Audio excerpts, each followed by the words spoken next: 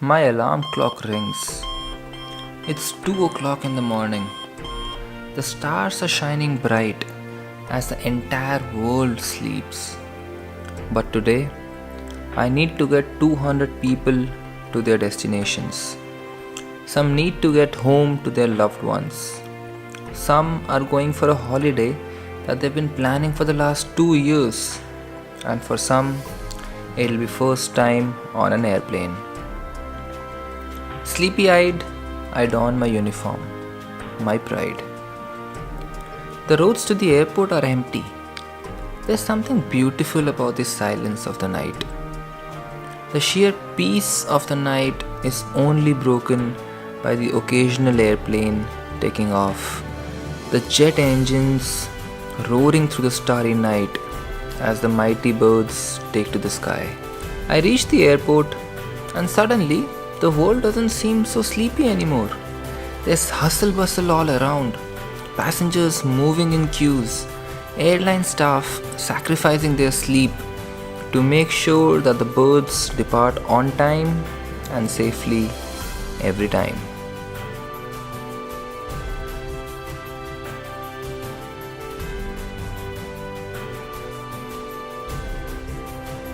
A little bit of paperwork here and there, going through the technicalities of the aircraft and its operation, and finally we're on our way towards the bird that we're flying for the night.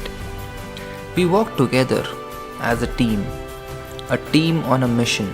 A long walk to the aerobridge, passing through the passengers who stare at us, whispering to each other, "These are our pilots."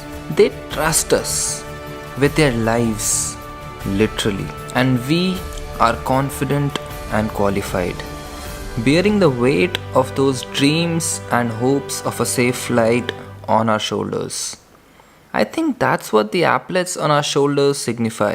These shoulders that adorn these stripes can bear the responsibility of getting these passengers to their homes safely. And finally, we enter the cockpit, the holy grail of our lives, the place we revere the most.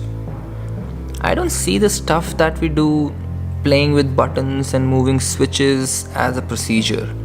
I think it's art in a very pure form.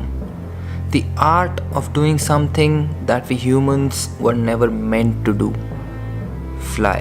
The airplane is ready. The tow truck is connected, and the air traffic controller has given us the go ahead. It's time to leave. Leave the surly bonds of this earth to work against gravity and the will of God. The engines light up. Their deafening roar is just a mere buzz in the cockpit. The engineer shows the thumbs up. It's time to get moving. It's a short taxi to the runway, and we're here. It's our turn to break the silence of the night. We line up, the engines are warmed up. All the art that we've mastered over these years of getting the airplane ready, it's all complete. The runway lies ahead, a couple of miles of tarmac that can take us to anywhere in the world. It's pure magic. I advance the thrust levers. The engine's buzzing sound is now a definite roar, even inside the cockpit. I'm now burning hundreds of kilos of fuel every minute, producing thrust enough to power my 70-ton airplane to speeds in excess of 250 kilometers an hour. Not a lot of people get to experience that kind of acceleration from the cockpit. I get pushed into my seat as the world becomes a blur. The air starts to flow over the gleaming wings and it whispers to me, "Rotate." Whoever said magic doesn't exist? 70 tons of pure metal swiftly leaves the ground and roars into the night sky, feeling lighter than a feather. I call that magic. Sitting here up top, perched at 40,000 feet on my little throne of a seat, enclosed in a pressurized metal tube that is chasing sound pretty fast. The constant roar of those two engines disrupting the silent fabric of the night, with more stars lighting up the sky than you can ever imagine. The Milky Way slowly rising up above the horizon.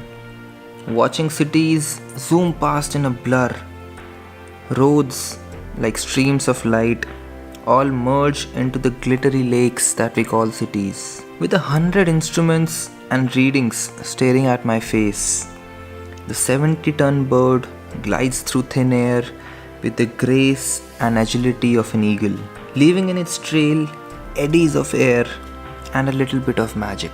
Yes, that's what she flies on. Magic.